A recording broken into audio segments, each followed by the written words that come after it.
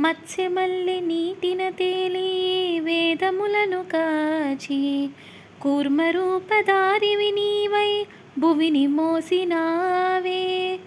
వామనుడై పాదమునెత్తి నింగి కొలిచినావే. నరసింహుని అంశే నీవై హిరణ్యుని చీల్చావు. రావణుని తలలను కూల్చి రాముడివై నిలిచావు.